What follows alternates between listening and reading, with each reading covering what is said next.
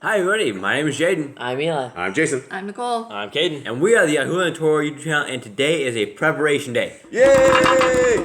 And tomorrow's a Shabbat. Yay! So Okay. that means the day we need to prepare for tomorrow, which is Shabbat, which is the day we will be resting. We will not be cooking, we will not be buying, we will not be selling.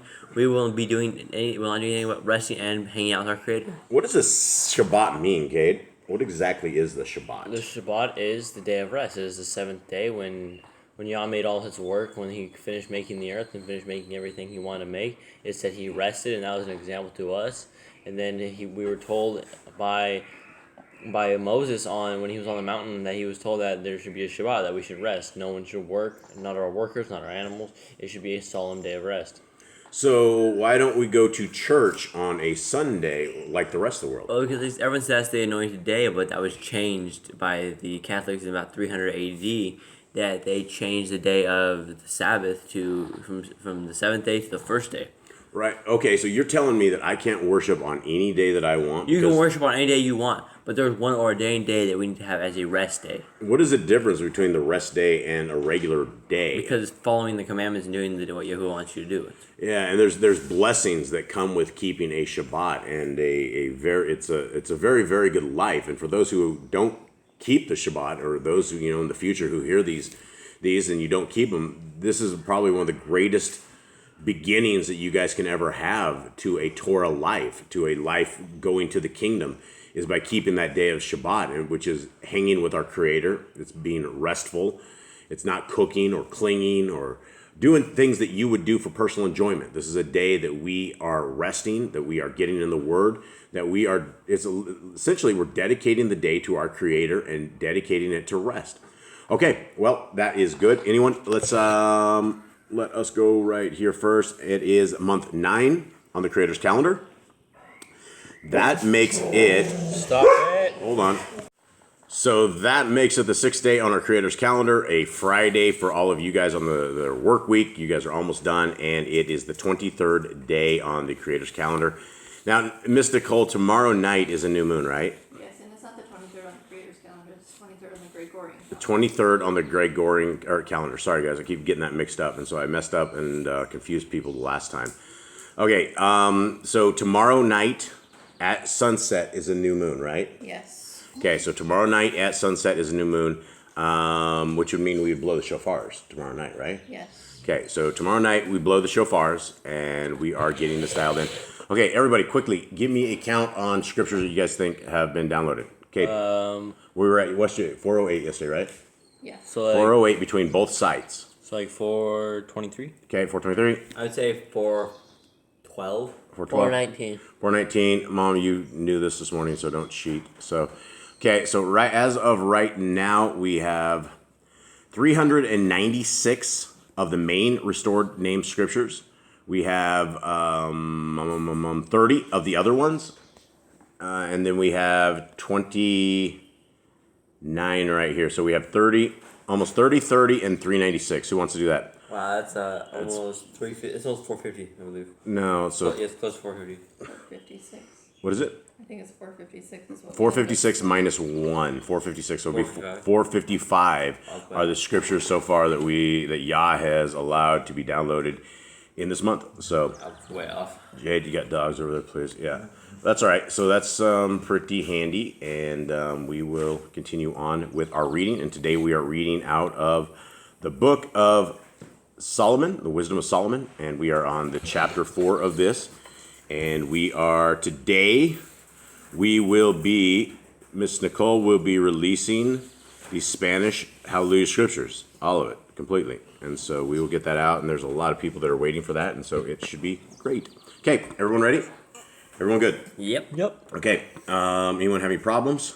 No, I think we're good. Okay, here we go. 4, it is better to have no children. All right, there we go. Wait a second, this is it. Is there a period there? Oh, dang, there's a comma there. Okay, hold on.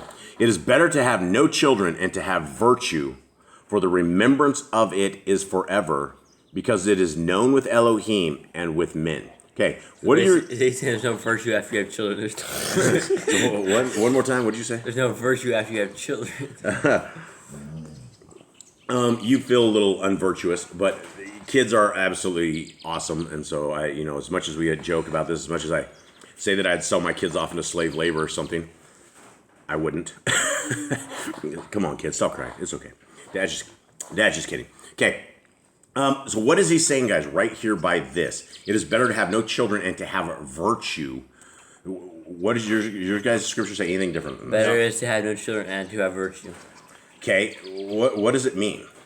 I don't know, but you guys could be virtuous. I think back then, kids were a sign of great Stress? things, right? Oh, yeah, right. And it was like a sign of great thing, right? Because you were not barren, you were blessed. It was like a sign of how well you're doing in life. And here Solomon was saying it's better to have no children. It's better not be seen amongst men as blessed, as fruitful, as things like that, and just to have virtue instead.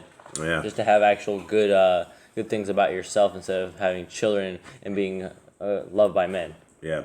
Okay, good example. Okay, when it is present, men take example from it, and when it is gone, they desire it. Hold on here, I'm just getting my leg cut up by the dog. 1 second. Sorry for the distractions today, guys. It's a little rough already. It wears a crown and overcomes forever, having overcome, striving for undefiled rewards. But the multiplying brood of the wicked shall not thrive, nor take deep root by illegitimate seed, nor lay any lasting foundation. For though they flourish as branches for a time, though standing, not last, they shall be shaken by the wind, and through the force of winds they shall be uprooted.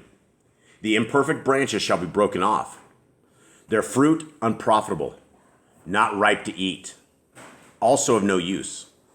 For children brought forth by lawless beds are witnesses of wickedness against their parents in their trial. But though the righteous be prevented by death. Eli, you got me. You got me, young one. Okay. For esteemed age is not that which stands in length of time, nor measured by number of years. But wisdom is the gray hair unto men, and an unstained life is old age. Okay, what is he talking about here? There's a lot that goes on there. Okay, speak it, son. So it begins, I think, up in like verse 2-ish, where it starts talking about like lying lips and stuff like that. Lying lips in it, and then it goes into people that are like Torah-less and have children out of wedlock. Right. And that is, they said they're basically a judge against them, and that it's like I think a lot of it has to do with. What does it mean? How is the Torah-less? I mean, what does it mean that children begotten of Torah-less beds are witnesses of wickedness? It means they had kids out of wedlock. They weren't in Torah. They didn't keep the commands because the commands of the Torah say you should not have children out of wedlock. Yeah, absolutely.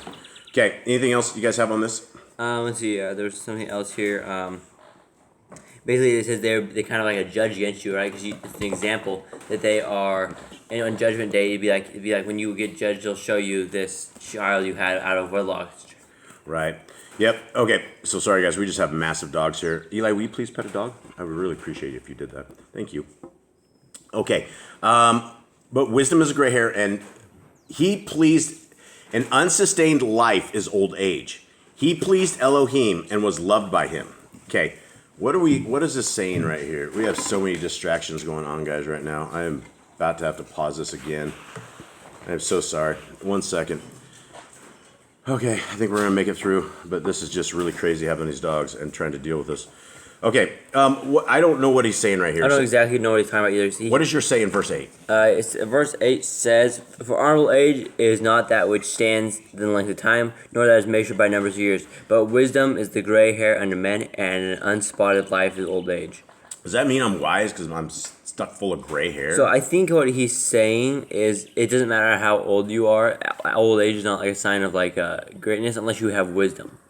Yeah, and I think that's good. Yeah, and I mean it's you'll get young kids and they're wise, right? You'll get really young kids that are wise, but you get really old people, and they say I don't know, how do I say this politely? I don't even know how to say it. Retarded things, right? They say things that are not wise at all. You would look at them and you go, man, these people are not wise. But then you have youngsters. And so, yeah, it doesn't matter about the age that we are, but it's really measured by how deep into the Torah we are. Right. And I guess these are kind of hard to understand. Some of these ones here. Okay, where are we at? 10. Yep. He pleased Elohim and was loved by him, so that living among sinners he was translated. Indeed, was he taken away speedily, lest wickedness should alter his understanding, or deceit deceive his being. Who are we talking about? I don't know. I almost feel like it's Elijah here or something. Yeah, who's this talking about, Kate? Are you paying attention here? Yeah, I'm trying. I don't know who we're talking about because we just broke off into another part. So there's somebody here where he was a good, really like righteous person. He almost it seems like he walked perfect before Yahuwah, and he was taken away because Yah didn't want him around the sinners. We have Enoch as well. This could be Enoch. I don't think Enoch. know. I don't think. Yeah, I feel like more like Elijah here. Right. Remember when it said translated before? That's how the Sefer used the translated. They still use that with Elijah as well. They translated him. I remember I looked that up. I mean, what do you mean translated? And it was basically moved, right? When he was translated, he was moved from one. So yeah, he probably is talking about Elijah. And then it says in 11, Enoch or somebody. I don't know. In 11 it says, he was speedily taken away, which that could be Elijah or Enoch. Yeah. Or anybody else who got taken away. Yeah, so it's interesting because then it says, lest wisdom or lest wickedness should alter his understanding, or deceit deceive his being. So whoever was taken away, he was taken away for a purpose, right? So that whatever the wickedness of was in this world, and so this was probably, I mean, there was Enoch. I mean, Enoch knew about all the wickedness. I feel like this would have been Elijah, because he needed him for John the Baptist, Yeah, maybe. Okay. It's like he didn't want him in the world because he was so wicked. He's like, they'll corrupt my perfect person. Yeah. 12. For the enticement of greed obscures that which is honest, and the wandering of demise undermines the simple-minded. Okay. Basically, it says you shouldn't be greedy. Yeah, and I mean, Be greedy here because it's better to have honest things than lustful desires. right. And if you have any kind of greed at all, you are going to obscure that which is honest. Okay? And the wandering of desire undermines the simple-minded. He, being made perfect in a short time, filled a long time. For his being pleased Yahuwah. Therefore he hasted to take him away from among the wicked. This the people saw, but did not understand. Neither did they lay up this in their minds, that his favor and kindness is with his Kadeshim. Okay? So that's yet another promise, right? His favor and his kindness is with his saints, right? The Kadeshim are the people of him. And yeah, that's definitely true. We know that our Creator takes care of those. Okay. And he shows respect to his chosen. Thus the righteous who are dead shall condemn the wicked who are living. And youth that is soon perfected, that many years and old age of the unrighteous. Okay, what do we say? So it's kind of like we have two things here. We either have we have old people that are unrighteous, we have young people that are righteous, and we have dead and living. And it's like the dead and the young will judge the old and unrighteous. What is youth being perfected? What do you guys think of that? What does that mean? I think that's youth were brought up in the Torah. Yeah, youth brought up in the Torah, and there's a lot of things that you in youth you're not going to be able to perfect things you don't know, right? Without experience, you don't have anything that you're able to perfect, right? There's nothing to perfect because you don't know things that need to be perfected.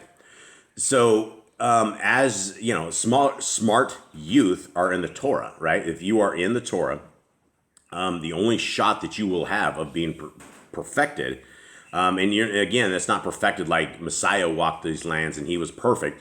It's that we chisel ourselves away and we stop doing the sin, that we are unable to live in sin. When we are to that point that we are out of sin and unable to live in sin, then we have come to a perfection of understanding what we need to do to get this right. Does that mean we are perfect every time? Absolutely not, by any chance or any means. Okay.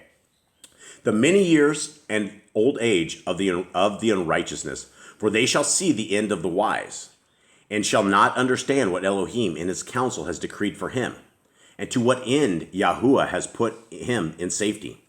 They shall see him and despise him, but Elohim shall laugh them to scorn, and from then on they shall be an insignificant carcass and a reproach among the dead forever. So basically saying the Torahless, Yahoo, they will not make that, and they will not know what's going on for the righteous, people following Torah. It seems like Yahuwah sets up safety for them. He has all the stuff for them, and they don't understand it because they were unrighteous. Anybody want to be laughed to scorn by Elohim? No. That's pretty bad news. That means you've messed up. That's bad news. That's real bad news. Okay. And then from then on, they shall be an insignificant carcass and a reproach among the dead forever, for he shall tear them and throw them down headlong, that they shall be speechless, and he shall shake them from the foundation, and they shall be utterly laid waste and be in sorrow, and in remembrance shall perish. And when they draw up the account of their sins, they shall come with fear, and their own wickedness shall convict them to their face. Okay, when they drop the account of their sins. So who's going to drop an account of our sins? Yahuwah. Yeah, and what day is that going to be called? Judgment Day. Yeah, Judgment Day. Anyone good for this, Judgment Day? Anyone want to be here? Anyone think they have done enough to not deserve judgment? I don't think anyone has. Yeah, I think we're all going to be judged, and I think we all need to be very careful about our walk and our talk and how we walk amongst ourselves and how we speak among our brothers, how we have our attitudes, how we are imperfect in patience, and how we have all of this stuff, right? Every idle word that we say is going to be considered a sin that we're going to have to relive. And as we stand there naked in front of our Creator and we have to rewatch all of this, and we have to hear ourselves with our tongues that wag evil, we're going to be very ashamed. We're not going to be happy about it. It's one of those things that is very, very clear. Every idle word that is spoken will come back to haunt us. And so that's everything, right? Those are the jokes at the boys' club. Those are evil to the brothers. Those are evil to neighbors and friends. It's whatever it is. It will come back and it will get you. So we have to be very careful with clean hearts and clean hands and clean minds. Okay, I think that's it. Tomorrow, everybody, we are going to go back to our main channel and we will have our Shabbat live. Hopefully, we're trying to get the rest of our stuff posted today. It's been a little slow, but we will get that posted. So we need to get a couple more Shabbats on our main channel uploaded, and then we will be live tomorrow at 11 o'clock, and we hope to see you guys there. And like Brother Glenn said, he in a comment, he says it's pretty lonely, especially around this time of year, where all the family and everybody's out there. They're under the trees, and everybody's doing all this Babylonian pagan, stuff. And but he said it was really, really good that he can hear our voices and hear us as a family.